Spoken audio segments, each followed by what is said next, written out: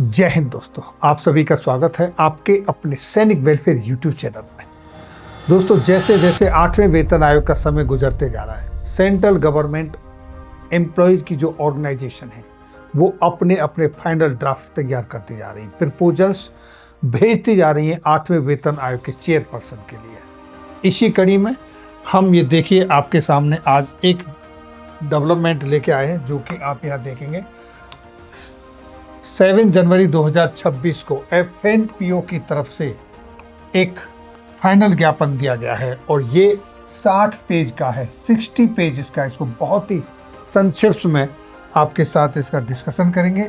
इसमें उन्होंने central government के एम्प्लॉयज के जो वेतन है उसका मिनिमम वेजेस, वेतन, fitment factor, higher pay scale, pay structure, allowances, promotion, pension, इन सब के ऊपर बिल्कुल तथ्यात्मक फिगर्स के साथ, फैक्ट्स के साथ लॉजिकली जो ज्ञापन दिया है वो मैं आपको एक एक करके बताता हूँ।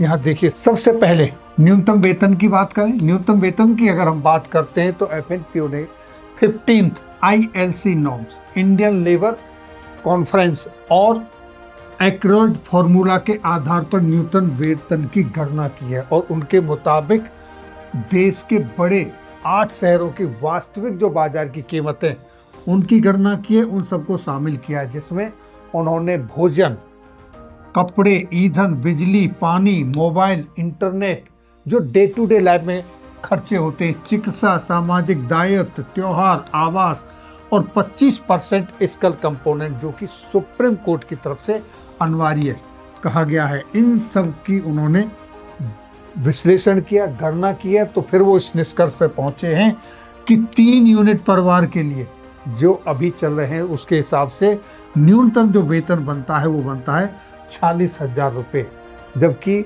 न्यूनतम फैमिली में माँ बाप को भी जोड़ा जाए 5 यूनिट का परिवार माता पिता के सहित तो वो वेतन बनता है न्यूनतम 76,360 रुपीज।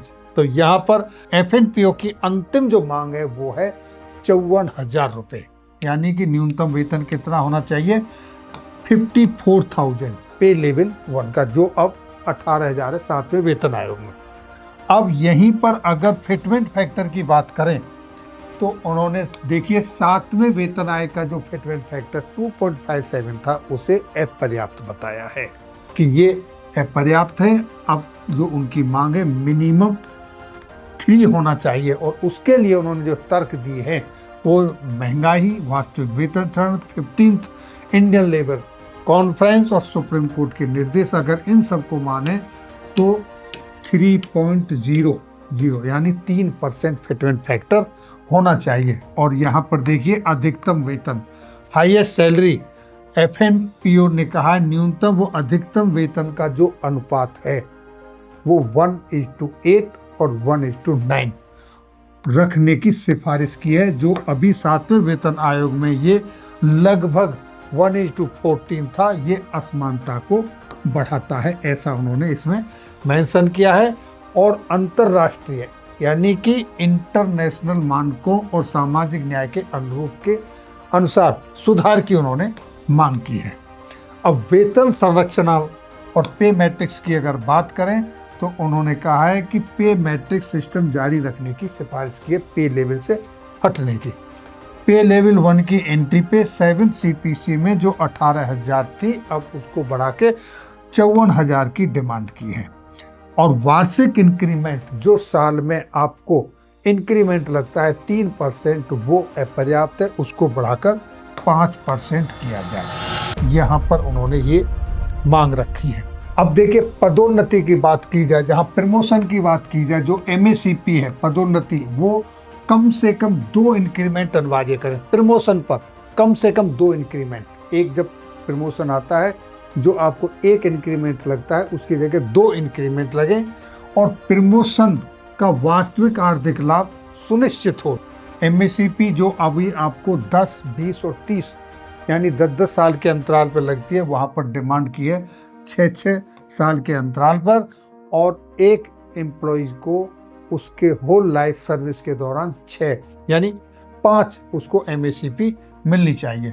और साथ ही साथ 8वें वेतन आयोग की जो इफेक्टिव डेट है उसकी बात की है, तो उनका कहना है कि ये 1 जनवरी 2026 से ही लागू हो और जब डीए 50% हो तो वो आपका मूल वेतन में मर्ज किया जाए, जैसा पहले होता रहा है। इस तरह की यहाँ पर बात की गई है। और आगे उन्होंने डिमांड किए है कि विशेष वेतन स्पेशल पे जो FR 925 के तहत मिलती थी उसको पुनः लागू करने की मांग की है और स्पेशल अलाउंस की जगह पर स्पेशल पे के लिए कहा है, ताकि उसको पेंशन डीए एचआरए में शामिल हो सके, यानी ताकि उसके ऊपर पेंशनरी बेनिफिट भी मिल सके, डीए का भी लाभ मिल सके और एचआरए का भी लाभ मिल सके। और पोस्टों के वर्गीकरण की बात करें तो ग्रुप ABCD प्रणाली को अप्रासंगिक बताया है और कार्य आधारित वर्गीकरण यानी एग्जीक्यूटिव और नॉन एग्जीक्यूटिव की सिफारिश की है, जो आपका कार्य उसके हिसाब पे वर्गीकरण किया जाए। उन्होंने कहा है ग्रामीण डाक सेवकों को भी GDS को भी 8वें वेतन आयोग के दायरे में शामिल करने की मांग की है, उन्होंने उनका भी मुद्दा उठाया है। अलग अलग कमेटियों से होने वाले अन्याय को समाप्त करने पर जोर दिया है। भत्ते अलाउंसेस की बात की गई है उन्होंने, तो कई भत्तों को वास्तविक कीमत खत्म हो चुकी है। कुछ ऐसे भत्ते हैं जिनकी एक्चुअल कोई वैल्यू नहीं है, वो खत्म हो चुकी है। सभी प्रासंगिक भत्तों का पुनरीक्षण और वृद्धि हो। जैसे उन्होंने इनमें क्या क्या रखा है, मुख्य रूप से आप देखेंगे ट्रांसपोर्ट अलाउंस के बारे में ये पे लेवल के हिसाब से दिया है। प्रमोशन ट्रांसफर पर 6 महीने तक पुराने शहर की दर जारी रहे। प्रमोशन के बाद जब ट्रांसफर हो जाता है तो पुराने शहर की जहाँ से आ रहा है उसकी दर 6 महीने तक जारी रहे। टीए ट्रांसफर जो भत्ते हैं, यात्रा श्रेणी में सुधार, जो लोअर लेवल के से AC3 और इकोनॉमिक एयर क्लास में जर्नी का मौका दिया जाए। ट्रांसफर पर CTG 100% बेसिक पे हो। और इसी तरीके से उन्होंने जो बच्चों की एजुकेशन के लिए CA मिलता है, चिल्ड्रन एजुकेशन अलाउंस, उसको डबल करने की मांग की है। जो अभी 2250 मिलता है उसको 4500 रुपये करने की मांग की है और हॉस्टल सब्सिडी को 6750 से 13500 करने की मांग की है। और जो चिल्ड्रन एजुकेशन अलाउंस है उसे ग्रेजुएशन और प्रोफेशनल कोर्स तक बढ़ाने की भी सिफारिश की है। और जो बच्चों के लिए एजुकेशन लोन लेते हैं उस पर कम ब्याज से लोन मिलना चाहिए, यानी 5% के हिसाब से उस पर लोन मिलना चाहिए। इस तरीके से उन्होंने अपने पॉइंट रखे हैं। आपको पता है पहले FVA federation of veterans association अपने पॉइंट दे चुके हैं, अब FNPO की तरफ से यानी federation of national postal organisation की तरफ से ये मेमोरेंडम दिया है।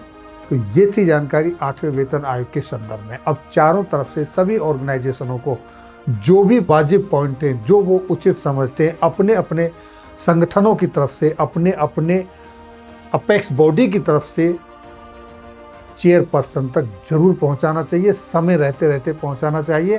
बाद में कहते हैं ना, जब सांप निकल जाए तो लकीर पीटने से कोई फायदा नहीं है। अभी सही समय है, सबको अपनी मांगें प्रॉपर तरीके से रखनी चाहिए। फिर मिलेंगे आपके वेलफेयर से जुड़ी किसी अन्य जानकारी के साथ। तब तक के लिए जय हिंद, जय भारत।